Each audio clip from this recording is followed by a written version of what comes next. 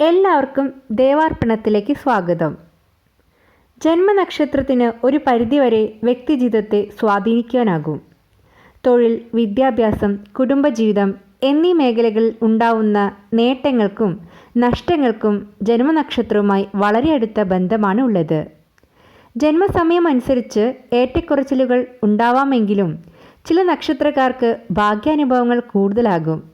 ജീവിതത്തിലും തൊഴിലിലും അവസരങ്ങൾ തേടിയെത്തുമ്പോൾ അത് വേണ്ട വിധത്തിൽ പ്രയോജനപ്പെടുത്തണമെന്ന് മാത്രം. അശ്വതി നക്ഷത്ര ദേവതയായ അശ്വിനി ദേവതകളുടെ കുതിരയുടെ ആകൃതിയാണ് നക്ഷത്ര സ്വരൂപം. ഇക്കൂട്ടരുടെ അസാമാന്യമായ വാക്സാമർത്ഥ്യവും ബുദ്ധിയും തൊഴിലിടങ്ങളിൽ അനുകൂല അവസരം സൃഷ്ടിക്കും. വിദേശ പഠനത്തിനും വിദേശവാസ യോഗമുള്ള നക്ഷത്രക്കാരാണ് ഇവർ. ധനസ്ഥിതി എപ്പോഴും മെച്ചമായിരിക്കും.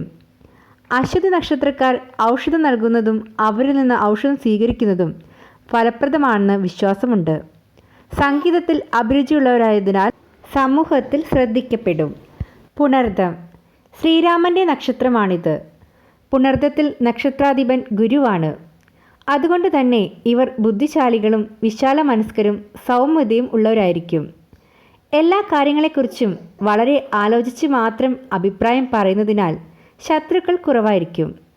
അന്യരുടെ കാര്യങ്ങളിൽ ഇടപെടാത്ത സ്വഭാവം ഇക്കൂട്ടരെ ഒരു പരിധിവരെ സഹായിക്കാറുണ്ട്. ആകർഷകമായ ശരീരവും സത്യസന്ധമായ പ്രവൃത്തിയും വശ്യമായ സംഭാഷണവും മറ്റുള്ളവരുടെ ഇംഗിതമറിഞ്ഞ് പ്രവർത്തിക്കാനുള്ള കഴിവും ഇവരെ മറ്റുള്ളവർക്ക് പ്രിയമുള്ളവരാക്കി മാറ്റുന്നു. ഒരു കാര്യത്തിലും എടുത്തുചാട്ടം കാണിക്കുകയില്ല.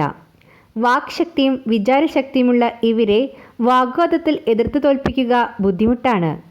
ചിത്രരചനയിലുള്ള പാഠവും പ്രശസ്തിക്കും കാരണമാകും.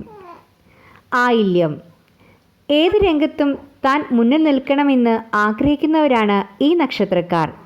മറ്റുള്ളവരാൽ പെട്ടെന്ന് ആകർഷിക്കപ്പെടുന്ന പല മേഖലയിലും തലപ്പത്ത് ഇരിക്കാനും കഴിവുള്ളവരാണ്. ഇവരിലുള്ള അപാര കഴിവാണ് നേതൃപദവി. ഒരിക്കലും മറ്റുള്ളവരെ അന്ധമായി വിശ്വസിക്കാറില്ല. അത്തം പൊതുജനങ്ങളിൽ നിന്ന് ബഹുമാനവും സ്ഥാനമാനങ്ങളും വളരെയധികം ലഭിക്കുന്നവരായിരിക്കും. ഈ നക്ഷത്രക്കാർ പൊതുവെ ശാന്തരും മര്യാദയുള്ളവരും കണിശക്കാരുമാണ്. ജോലിസ്ഥലത്തായാലും പൊതുജനത്തിനിടയിലായാലും കീഴ്ജീവനക്കാരാകാൻ ഇഷ്ടപ്പെടാറില്ല.